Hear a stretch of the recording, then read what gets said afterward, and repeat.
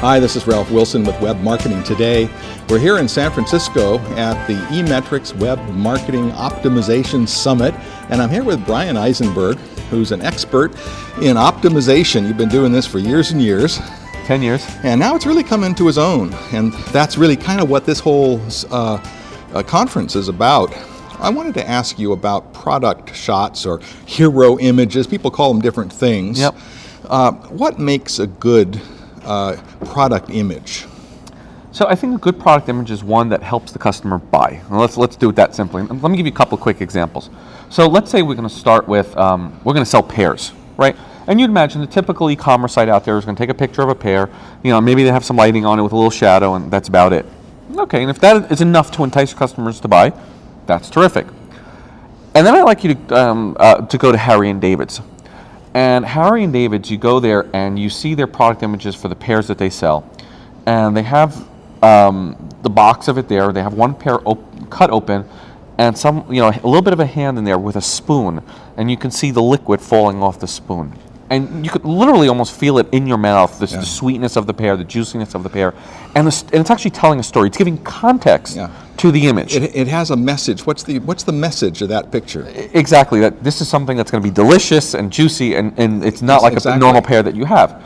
And I think that's what most people really miss, is giving the customer enough context in order so that they should be able to buy. And there's a number of different sites that do it. And let me give you one other great example. I found that manufacturers don't often have those sensitivities. It's the salespeople that understand how the image has to communicate a message. Exactly. And so one of the great examples is Tiger Direct, right? There's a lot of sites out there that do consumer electronics.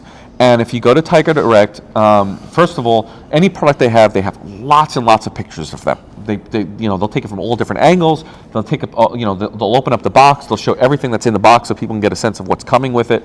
And then if you scroll down on usually the description, they'll actually take the product image and they'll redline. Here's the USB ports. Here is the Blu-ray drive. Here's that, and really give people a lot more context for what the product is versus, okay, here you go, buy it.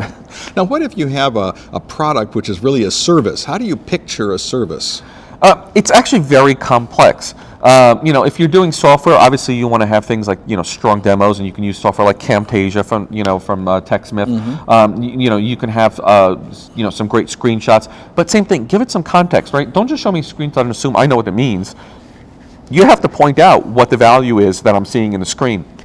Other times, people want to use a lot of stock photography, and there could be some issues around just using ordinary stock models and stuff like that people should be concerned with if they're not conscious with it. What kinds of things should we watch out for? Well, one of the really simple ones is, oftentimes, photographers, when they're shooting models, one of their main focuses is capturing people's eyes, and of course, because people are naturally drawn to people's eyes, and if the person in the image is looking at the visitor, right, looking out, oftentimes what you'll see in eye tracking studies is that you get engaged with the person's eyes and then you never refocus on anything else on the page.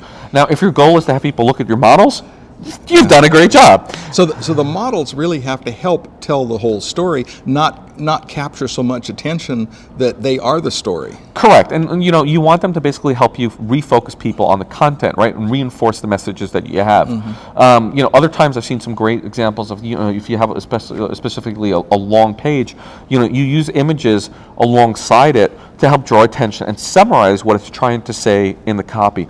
So it really does need to provide context to your bigger story and not be the story. Now let's talk a little bit about... It doesn't need to be the hero. Okay. Your product should be. Let's talk about placement. Because this product image captures the eye so effectively. Yep. Where it's placed has to do with how someone tracks down your page. Any tips there for us? Well, I think there's a number of things. So obviously, from a flow perspective, the first thing most people see when they go into the page is your headline, and so that obviously needs to be very strong. But a strong number two is that first image, right? That's what essentially captures the attention if people want to stick to your page. If you have pages that have low time spent, it's usually because you're not capturing their attention with those two things and not realizing they should really find value in sticking on there. But you want to make sure that if the image is doing something where it's basically making people's eyes do funky zigzags, they go out here, they go here, they go out here, they go. then you're breaking the natural flow, and again, it becomes uncomfortable to read. And of course, then they're not going to read your content. Not that they read that much anyway, but whatever they read, it's going to be a lot more difficult. And that's why it's so important to also format your copy so well for text. And maybe do some testing once you get your best shot. Start testing what the alterations are that might help it. Absolutely. You know what? The one thing I've learned is there are some very solid guiding principles. Again, kind of like religion, right? Do unto others as you do unto yourself. Great principle. But you know what? You have different preferences about what you may like and versus what I may like. I can try my best according to what I feel, but at the end of the day, it's important to please you, especially if you're my customer.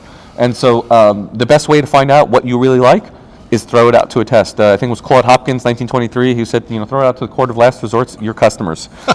So, make it a test and find out what works best for the customers who visit your site. So always be testing. Okay. Headline's really most important, but next right up there is that image. Absolutely. Well, Bryan, thanks for sharing with us. Tell me about what you do and your company. Well, thank you.